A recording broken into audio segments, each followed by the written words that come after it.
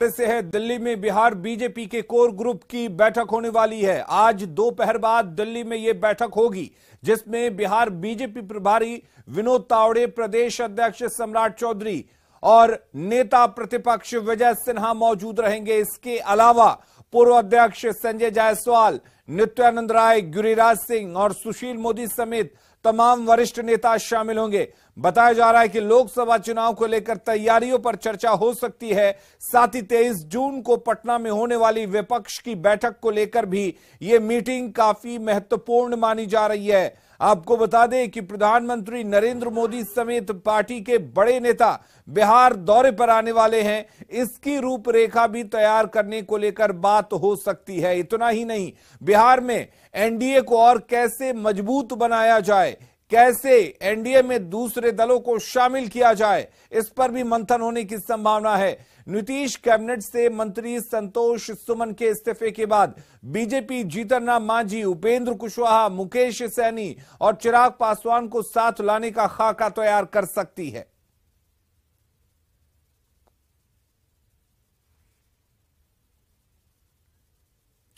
और आइए अब ये जानते हैं कि यह बैठक आखिर क्यों महत्वपूर्ण है।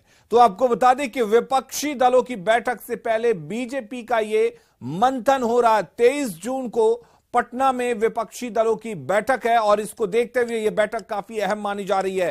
हिंदुस्तानी अवाम मोर्चा के महागठबंधन से अलग होने के बाद बिहार में एनडीए का कुनबा बढ़ाने की कोशिश होगी। मांझी, सैनी, कुशवाहा को साथ लाने की कोशिश होगी। चिराग और पारस को मिलाकर एनडीए बनाने की कोशिश होगी। अमितेश हमारे साथ इस वक्त दिल्ली से जुड़े हुए हैं। अमितेश, कई मायनों में यह बैठक काफी महत्वपूर्ण मानी जा रही है। ऐसे में जिस तरीके की यह बैठक है, क्या माना जाए, किन किन मुद्दों पर रणनीति बन सकती है? देखिए, आज दिल्ली में दोपहर बाद बिहार बीजेपी कोर ग्रुप की बैठक है। केंद्रीय मंत्री गिरिराज सिंह के आवास पर बैठक होगी जिसमें प्रभारी विनोद तावड़े समेत पार्टी के जितने भी बिहार के नेता हैं, बड़े नेता हैं, वो शामिल होंगे। इसमें शिरकत करने के लिए सम्राट चौधरी, जो कि प्रदेश अध्यक्ष हैं बिहार बीजेपी के, दिल्ली पहुंच चुके हैं। पूर्व प्रदेश अध्यक्ष संजय जायसवाल दिल्ली में है। विजय सिन्हा, नेता प्रतिपक्ष, दिल्ली में है। गिरिराज सिंह, जो कि खुद कैबिनेट की बैठक में आज शामिल होंगे, उसके बाद यहाँ पर पहुंचेंगे।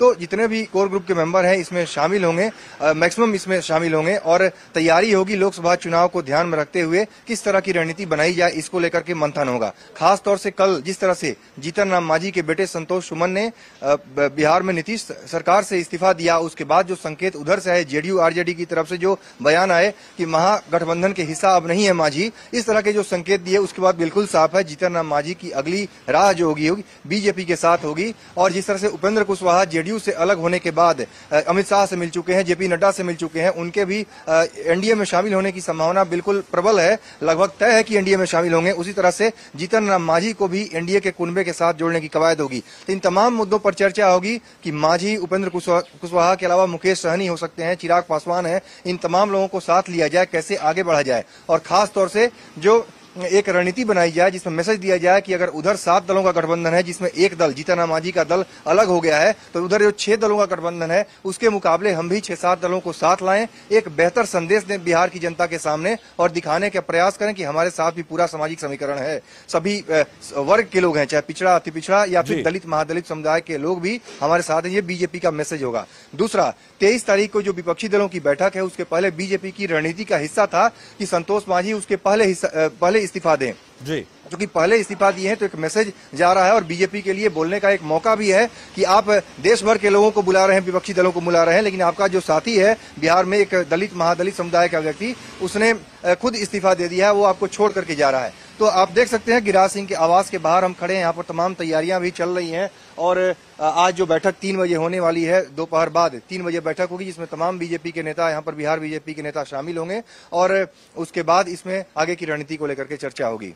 अमितेश, 23 जून को महागठबंधन की बैठक पटना में होने वाली है। ऐसे में बिहार बीजेपी कोर ग्रुप की ये जो बैठक दिल्ली में हो रही है, तो क्या ये माना जाए कि ये बैठक उस बैठक से पहले हो रही है, इसके भी कोई मायने निकाले जाए?